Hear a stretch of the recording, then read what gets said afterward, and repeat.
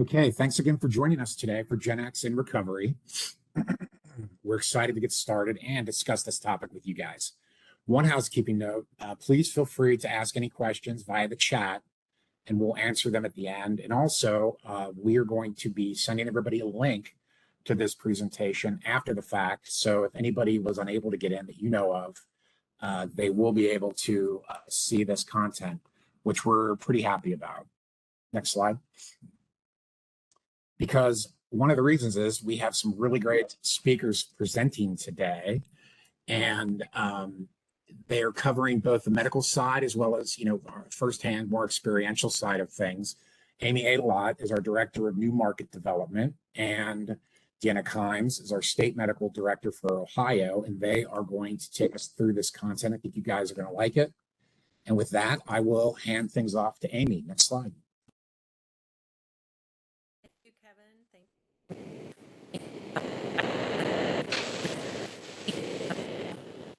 And driving the ship today. Honored to be joined as well. What are we going to talk about today? We're going to focus specifically on X, some of the things happening as Gen Xers were growing up. We're going to talk a little bit about generational trends as it relates to substance use disorder, disease of addiction. And then we're going to dive in a little more specifically to some of the special needs and concerns that Gen Xers have. It's critically as treatment providers or those working in this population, what some of the things we do to meet them where they're. And then, as we all know, the disease of addiction and substance use disorder really is not out to just one generation or another. So how do we generations struggling with this challenge that we're facing throughout the country? Some discussions in Q&A along with. Slide. So who is Generation X? I'm Generation X. I was 1969. If you look at the chart, though, it's the top of this slide, one of the talk about some of the statistics that make us. We're an interesting generation because we are sandwiched between two larger groups, and I was surprised to note Gen Xers are actually a smaller generation, but it seems like, and you'll see as we go through this presentation, that we have smaller in size. We have some very challenges, which certainly can lead to. We have some very unique needs as Gen Xers, possibly being a smaller generation sandwiched between boomers and millennials. But some of the things that I think Gen Xers are categorized with, some characteristics are, we tend to be independent thinkers. I think that's because we were that first generation, maybe, where we either single parent or we had both parents working outside of the home. It's where the term latchkey kid came from, of course. Many of us would get off the school bus in the afternoon, let ourselves in the house, fix ourselves a meal. I think we were just more geared to be independent on all fronts. I also think diversity was really something that was starting to take hold across this generation. We saw several different movements growing up, whether those were civil rights and race oriented. We had the LGBTQ movement starting to take shape. And we were really the first generation that were stepping outside of our cultural norms or being exposed to new cultural norms. And then I think this is true across the board, Gen Xers, we're a little distrustful of authority, and really kind of nonconformist. So we were the generation that said, yeah, we're going to do things a little bit differently. And I certainly think that as we go through this presentation, we'll see that that's the case. Next slide, please. So we're talking about the decades between the 70s and the 90s. So if we look at those years, kind of what were some of the things that were going on for us Gen Xers? We were young. We're in our teens, early 20s, maybe some of us in our 30s, but some key things that were going on. And I'm not going to read all of these to you, but we know that we were coming out of the Vietnam War era. Had a lot of guys coming back home from that event. We all know some of the struggles and kind of the family dynamics that fell out due to that. Also started the War on Drugs campaign. And I know that Dr. Kimes is going to talk a little bit more about that. We saw some really incredible things. We saw the fall of the Berlin Wall. We certainly were exposed to HIV as an epidemic that was really scary for us, I think, all of us. Some of us remember the space shuttle explosion. I remember sitting in chemistry class watching that, and just really being in shock and by that event. How many of us remember MTV? My gosh, I thought that was the cool for music videos. We saw a lot of new music genres coming on. Hip hop began to take off. It had, bands like Nirvana, grunge happening. And here's something to note. If we think back, the 80s culture really glorified substance use or drug use, if you will, particularly about, that's when we started hearing about cartels and cocaine was glorified. We had shows like Miami Vice that were always doing these big busts. And I mean, it really was almost sexy. And I know I mentioned that whenever we were walking through some of these slides, but I mean, culturally, we were making these kinds of things that we're dealing with today much better than what they actually were and the fallout of it. Next slide. I'm going to turn it over to Dr. Kimes. So we all know that during this era, the war on drugs began. And although well-intentioned, it had been shown to have been actually detrimental. Although it did increase the Americans' awareness of it, although it had been more of a stigma or ignorance to the actual disease itself. So the war on drugs implied that the drug users were criminals deserving of punishment as opposed to treatment. And there was definitely a stigma. In addition to that, people of color also had to deal with the racism at the time. And this is also had been publicly noted where there were a lot of public figures who came into the tabloids with drug use, although it still may have been more of a glorification process than anything at the time. The Just Say No drug awareness campaign and the This Is Your Brain, This Is Your Brain on Drug was attempted to be a well-intentioned thing, however, unfortunately, may have done more harm than good. Next slide.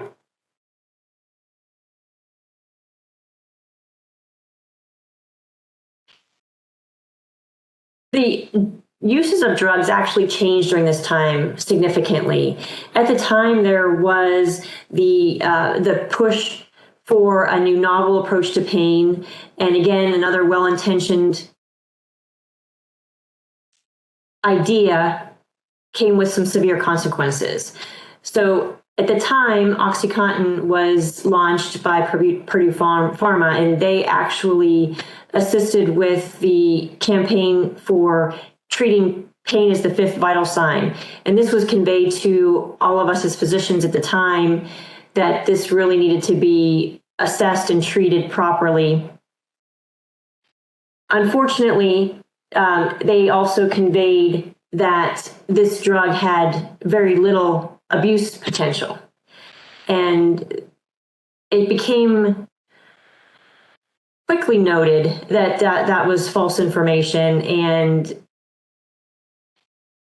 at this time, though, the pill mills had opened, there was a lot of extra treatment going on, and as well as diversion, overuse. And even if it was well used and used properly, unfortunately, people's bodies became dependent on the medication. From 2000 to 2009, the opioid prescription rate in the United States had more than doubled than in the previous years. Next slide.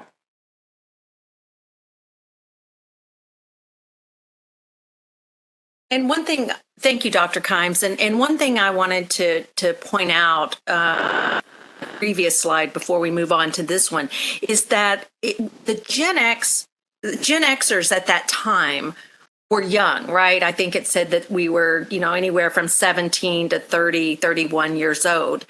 And I think with pain becoming the fifth vital sign, it created almost a mindset within our generation that we're not supposed to feel pain. And there's a pill for things for us, and I see that. I don't know that happened in previous generations. I don't know that previous generations had that mindset of quote unquote pain management. So I do think that that's something that stands out to me as we were looking at usage trends. Doc, do you want to comment on that, or?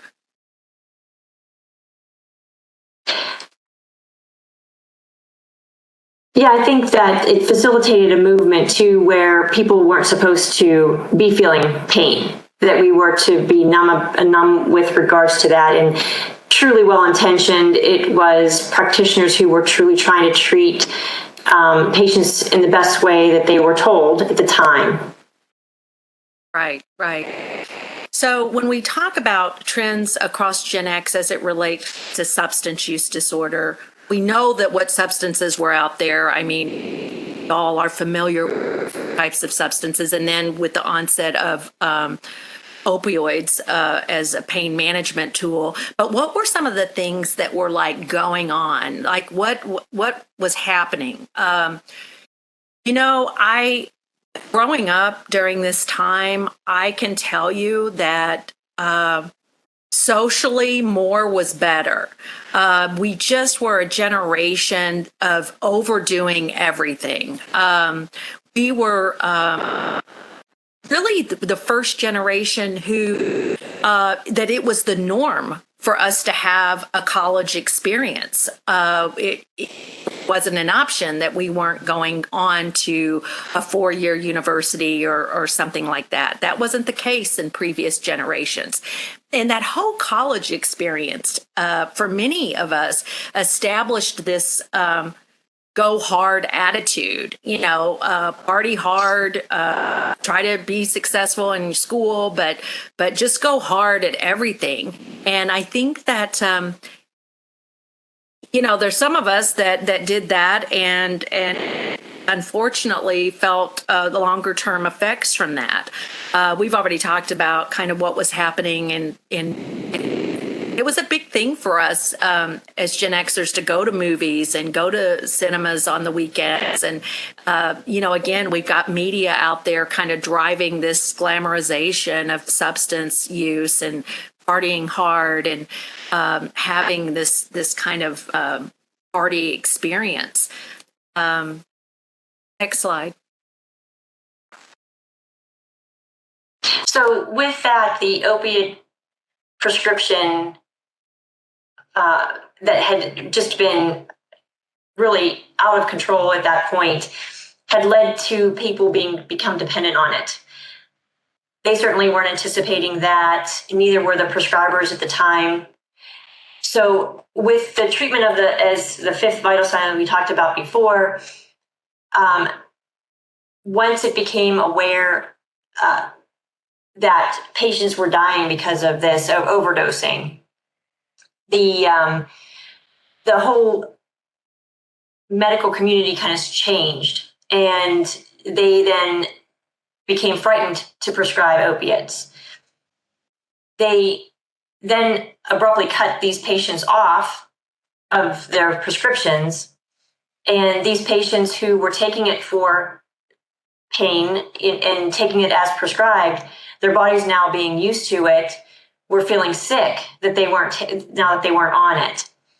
So a lot of them went to using illicit prescriptions, and when that started to dry up, they actually started to use and become more expensive. They actually started to turn toward heroin. It gave them more of the effect that they were actually looking for the medication. In addition to some of the other usage trends, back in the 60s, marijuana had a high amount of use as well. However, now marijuana has started to change in its potency with the growing of marijuana.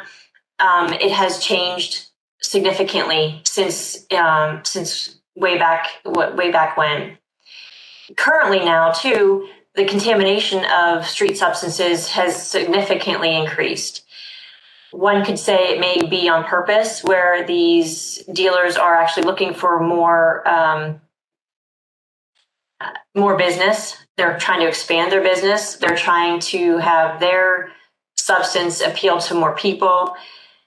So we're seeing a lot more now of methamphetamine and fentanyl and cocaine mixed in with each other, and even in just the marijuana.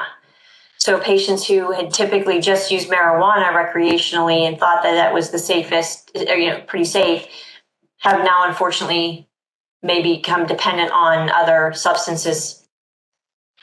Then the other big switch, though, in the last 10 to 15 years really, has been the creeping in of fentanyl into the heroin supply. So within the last 10 years, it's really switched. So now it's very difficult nowadays to find heroin at all on the streets. It's mostly fentanyl, which is a completely different pharmacokinetics. It's still an opiate, however, much longer lasting. And initially, people thought that was more bang for your buck, and that why wouldn't you want to go for that? So that really sucked people in, unfortunately. They have higher potencies. So we saw a significant higher rate of overdoses. And then once the patients got dependent on fentanyl, the euphoria feelings are different than it is with heroin. It's kind of more of the negative effects, and the withdrawal is significant, and it lasts significantly longer. In addition, the other trend too, from cocaine, which was glamorized, had quickly led to crack. It was less expensive, and the administration of crack is just so much faster and led to a higher abuse and dependency profile. Currently, then methamphetamine started to sneak in as well. And nowadays, methamphetamine, unfortunately, is becoming more and more of an issue because currently now a lot of patients feel that methamphetamine isn't going to make them dope sick if they quit using it.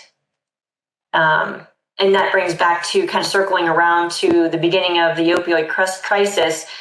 That is a good movie if you haven't seen it. Dope Sick.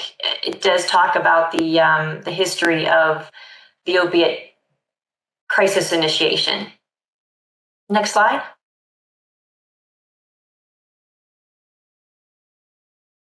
That I don't know if you all saw in my bio, but I think more than any to share with you on the call, this presentation today is I'm 16 years in recovery from cocaine and alcohol. And as the doctor was walking through this last slide, I couldn't help but sit here and think about if you just look, if you're a Gen Xer and you just look at the landscape of substances, it has changed so dramatically from when this Gen Xer was out there and was a younger person.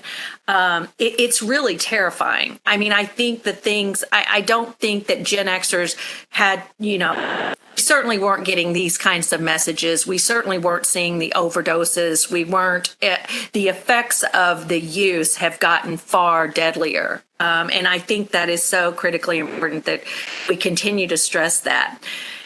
If we go back to Gen X, though, and focus on some of the things that we're seeing among us, it's scary that, over the last 15 years or so, our mortality rates have been rising throughout Generation X. And they're referring to this as deaths of despair. And these are things like suicide, hopelessness, obviously substance use and addiction issues. But I mean, these are things that are very much weaving its way across our generation. And what are some of the things that are leading to these deaths of despair? We'll talk more about it, but quickly, I don't know if anybody on this forum lost their job during COVID, but I mean, a lot of us lost our employment over the last couple of years. It's not likely these days that Gen Xers do lose employment, which leads to a lack of health care and insurance and financial. It just goes on and on. And another thing that, as I mentioned, that very first slide that we showed, that we're sandwiched between two very large generations, that puts a lot more responsibility on Gen Xers than these other generations, because now we're caring for multiple generations, right? I mean, we've got aging parents that we're working with or trying to help. And then a lot of us have young adult or teenage children, got college, to think about. We're trying to support them. So there's a lot of things, I think, that are feeding into that mortality rate. But any of you that are out there working with Gen Xers or in treatment, in the field treatment services, these are things that we've got to start to think about as we're working with this generation. Next slide.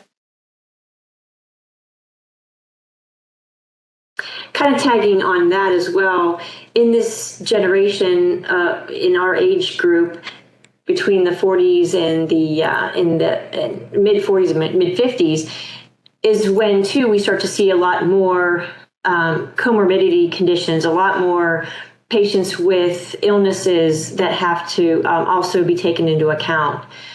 And especially since if they had used substances or in their earlier years, during that period of development in their brain, it was a very critical time. So when they had used when they were adolescents, then it actually shaped and changed the development of their mind, and which is unfortunate because it can have lifelong lasting effects. So in addition to the comorbidities too that we have to deal with, here are some of the different use disorders that we here at BrightView also treat. In addition to opiate use disorder, which is pretty much our largest population. We have a significant amount of alcohol use disorder in this population, and then stimulant use disorder is kind of falling up there in a third highest category. We don't want to forget about tobacco use disorder. These numbers seem a little bit low, and that is because the data that we probably pulled for this is more of the use disorder as opposed to the nicotine dependence, which is a different diagnosis code that we use. So if they may not meet the use disorder criteria, but a significant amount of patients with use disorders of any kind have tobacco use as well. So we, as practitioners, don't want to forget about the tobacco use and the significant health repercussions it has. And we at BrightView also address that primarily or technically on every visit as well. We try to add that in to help them with that as well. Next slide. So in addition to treating those, we have to really address the stigma, and you don't want to treat the person again like a criminal or like they have done anything wrong. And some still unfortunately think that treating with medication is trading one drug for another. Unfortunately, some of these patients' families, whether it's their parents or grandparents or children, significant others, they feel that they're just using another drug. And unfortunately, we're trying to overcome this stigma by increasing public awareness that this is a medication like it would be for something like high blood pressure or diabetes, and how the medication differs. Although there are similarities, obviously it's an opiate for opiate use disorder, the MAT that we prescribe. However, some patients still deal with that stigma, even in groups such as like Alcoholics Anonymous and others. They may still have that stigma, even among the group members, unfortunately. And with the brain changes, not only during adolescence that we talked about can make lifelong changes, but also even if they started using substances at a later age, the brain chemistry still changes such that the brain gets used to those extreme highs, and the brain actually functions to downregulate that because they're having this overwhelming amount of substances like dopamine, and different receptors are downregulated, which means that the brain doesn't manufacture as many, and just as a safety mechanism. So unfortunately, the brain then, the person still feels like they need more and more of the substance to get the desired effect. And when you take that away, then that extreme low that the patient is feeling contributes to the withdrawal, but also, the depressive symptoms and such too. And our treatment here at BrightView tries to, in all treatment centers in general, try to treat not only with medication, but we feel that definitely the counseling goes hand in hand. That there's definitely a component necessary for both the behavioral aspect and with the medication. And group therapies are really important. We provide that treatment as well. And still encourage patients to do outside groups. And we already talked about the high likelihood of comorbidity with medical diagnoses. This population often doesn't have primary care providers. They're often mistrustful of physicians or practitioners in general because some had become dependent on this because of a practitioner. So they definitely have that fear of going there, in addition to feeling that was, it was their fault, which rightly so sometimes it was.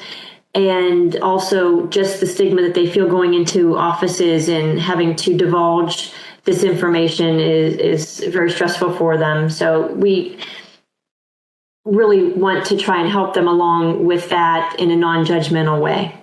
Next slide.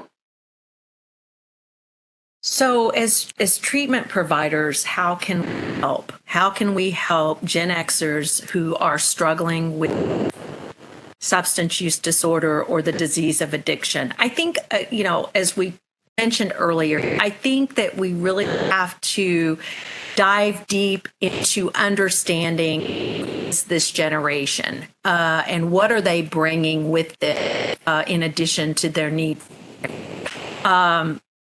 One of the things I think as we talked about Gen Xers having, maybe some financial stresses as it relates to aging parents and then young adult children, I think we've got to make sure that we recognize those financial stressors and not make that a barrier to them getting help. And so in addition to breaking down stigma, it's making sure that we're able to provide quality care for these folks who, quite honestly, and I mean, I was just talking about this the other day. Somebody said something about retirement, and I kind of laughed, and I was like, Yeah, I probably will work till the day I die. I mean, this is a generation that we're not sure if we're going to have the means to comfortably retire. We all have high hopes, but I mean, the fact is that this is a generation that we haven't had a good handle on our finances. And we've seen a lot of stock market challenges and maybe didn't get educated on the importance of saving and investing. We've got obligations to multiple generations. I mean, this is some really big stuff. I mean, so the question is, when we're treating Gen Xers, you know, we got to look beyond, do you have health insurance, or what kind of health insurance do you have? I mean, you've got to understand that even though we may have health insurance, I mean, there are some other things that may also be lending to our challenges.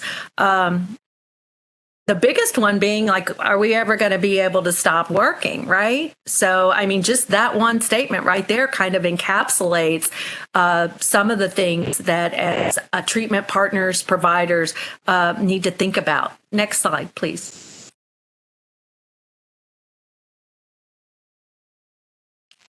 So, in addition to understanding those challenges, I think a few other areas that we can all help is, and I think we do a great job at this at BrightView, is, you know, we always hear meet the patient where they are.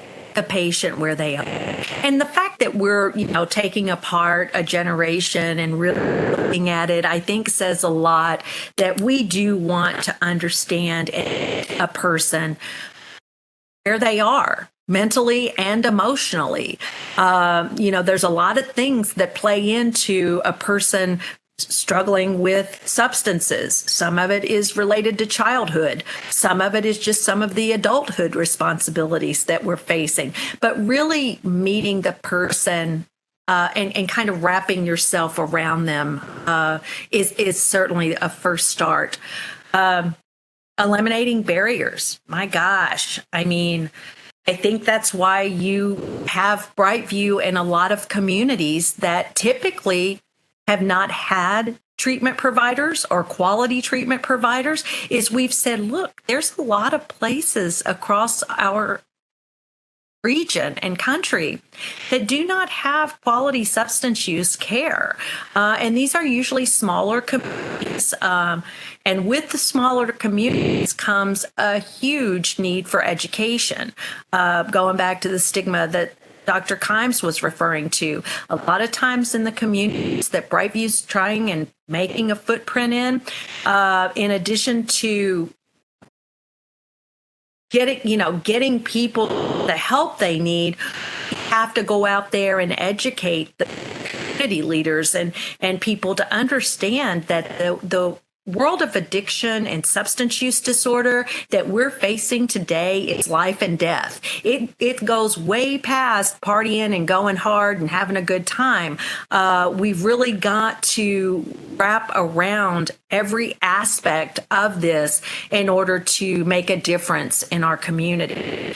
And then routine screenings. I mean, I think about this. I mean, when I was out there using substances and falling deeper and deeper into my disease of addiction, I wasn't really worried about going to the dentist. I really wasn't worried about what my blood pressure was or going and getting a physical.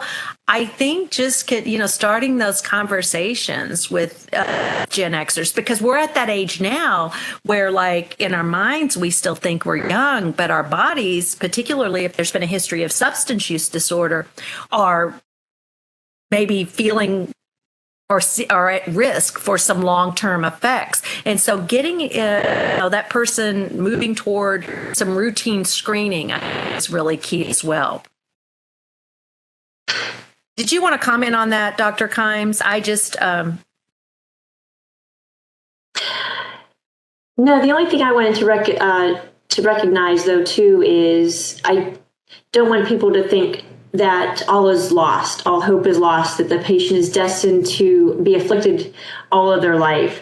That I know I had mentioned earlier that the patient's brains are very, that they haven't completely developed in adolescence, and that drug use could have high use, drugs could have changed that.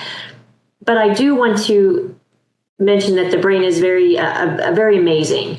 It has the wherewithal to improve. Really, one of the definitions is neuroplasticity, where it actually has the ability to change the neural networks and to actually grow and reorganize, and the function can be significantly restored.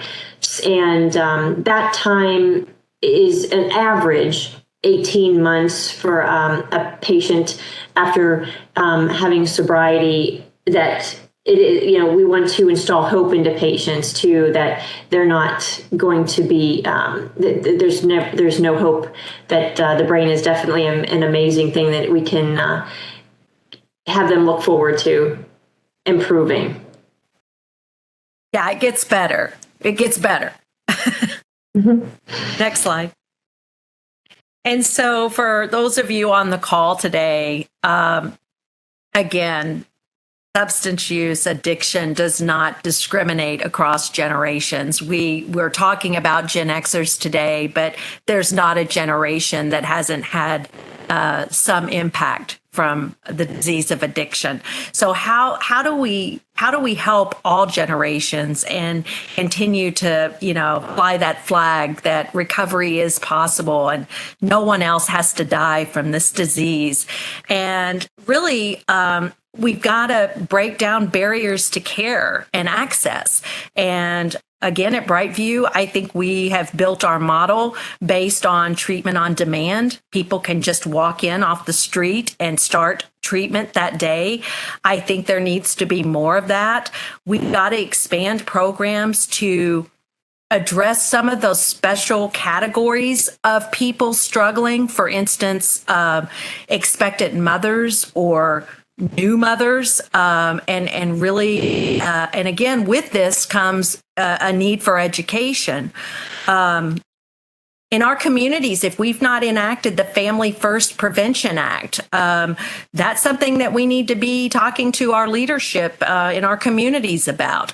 That particular act, I'm not an expert on it, but I know that it was developed in order to keep children in the family home where there may be behavioral health or substance use issues, because what we were what science and data tell us is that removing these kids and putting them in foster care sometimes exacerbates the trauma, so to speak. So check into that Family First Prevention Services Act in your community.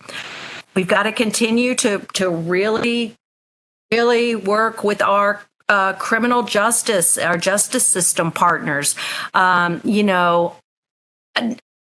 Jail is not always, and incarceration is not always the solution. As a matter of fact, for those folks that are currently in that environment and are there because of the disease of addiction, we've really got to work with our justice system to explore other options and make sure that they are receiving treatment of some kind while they are imprisoned, and then looking beyond their upon release, what are things that we're doing in our community and alongside the justice system that's going to help that person continue on their path of recovery and then to being a productive member of society. And then always, ongoing research into this world that we're in today that maybe doesn't include opioids as a possibility or non-drug treatments. So thank you. Next slide. And the other thing I wanted to mention too, in regards to what you were just talking about, Amy, is that when patients are released from jail or any kind of incarceration, they have now lost a lot of the tolerance to the drug use that they had previously been accustomed to. And when they are released, a lot of times they may feel that they can do what they had done before. And that leads to unfortunate high risk for overdose on release from incarceration. Same goes for detox programs. Again, well-intentioned to detoxify a patient off of the substance, then if not placed on a maintenance medication, sometimes these patients then feel that their battle is over, and then it's just a behavioral aspect. But in all reality, we've seen so much better results when a patient is sometimes need the maintenance medication to keep them from having those cravings and the urges to use, even once that detoxification, the withdrawal period's over with. And that could be sometimes, a year and a half, a couple years.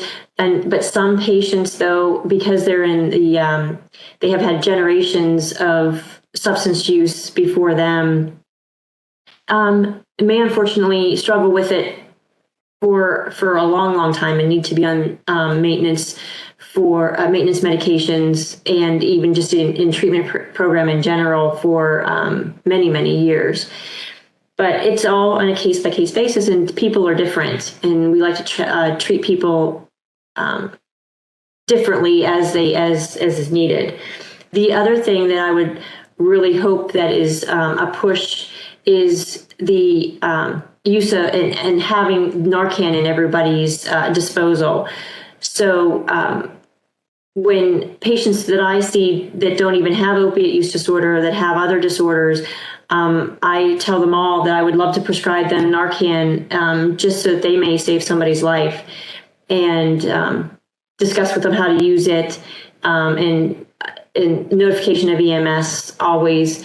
But if we could have everybody have Narcan on them, if they felt that stigma again is not that that person deserves that, or you get so many shots at life and then you shouldn't have any more. That's really a sad thing that I'd love to see changed, and to have Narcan available on every person, so that if anybody sees somebody along the street, in a gas station, in a grocery store, that they could maybe save somebody's life.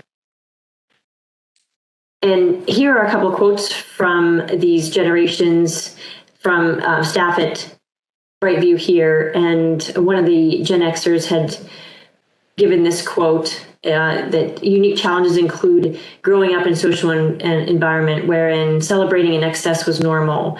This harkens back what Amy was saying, and hard living had taken its toll on us physically. We were so busy taking care of our parents or our children that we put ourselves last on the help list, if at all. Next slide. Here's one from a baby boomer. Growing up as a baby boomer, alcoholism, addiction, and treatment were treated with shame, embarrassment, and a strong misconception that addiction is a failure of character and willpower. Hippies and burnouts had drug problems, and the weak and immoral became alcoholics. This made for an environment that was not conducive to discussing, let alone admitting you had an issue.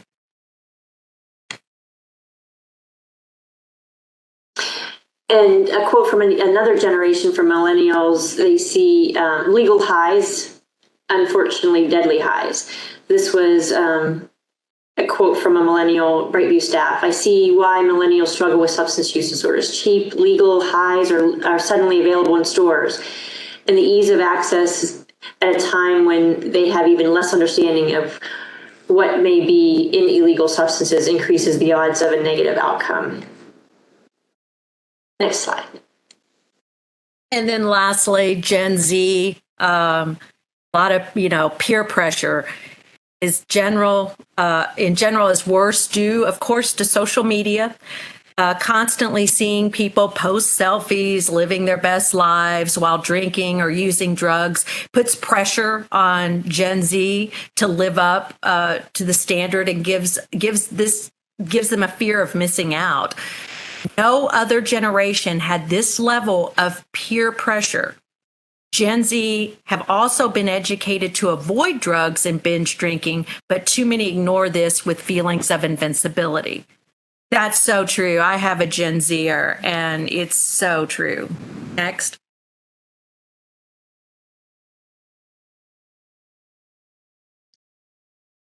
Okay, everybody. Well, first, I want to just thank you for joining us today. We do have a question or two, and wanted to let you all know that we will be sending you a link to the slides as well as the video to everybody that managed to navigate past the technical issues we were having, as well as the other registrants. So everybody will be getting that as follow-up, and we appreciate that.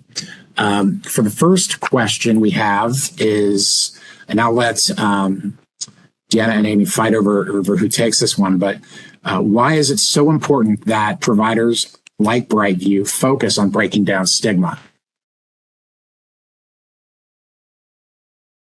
Well, I think it goes back to what one of the baby boomer quotes were, is that mindset that people who are struggling with the disease of addiction are immoral, have poor character, have no desire to do better. Those are simply untrue. I mean, we got to continue. I mean, it's been proven that addiction is a disease. And at BrightView, we treat it as a disease. And so I think that until we get, we've got to get rid of that stigma, because that stigma today is killing people.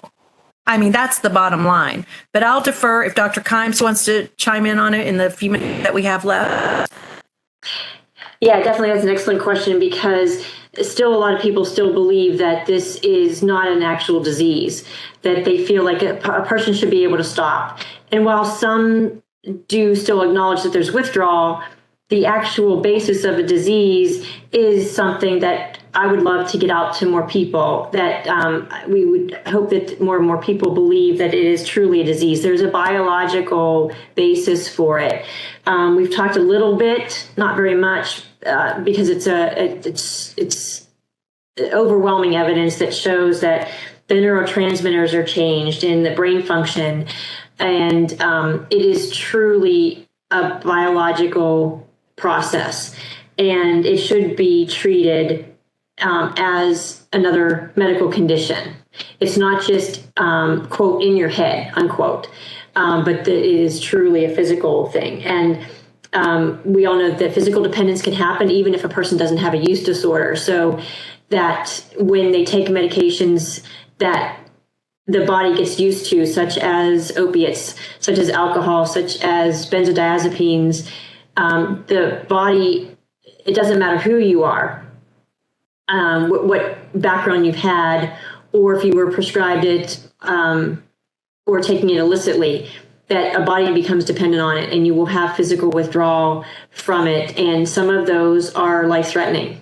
So these patients, unfortunately, don't seek treatment often because of the stigma. So I look for a day when it's all, when most everybody's mind's changed and it is understood as a disease that is a chronic disease, not just an ailment in passing.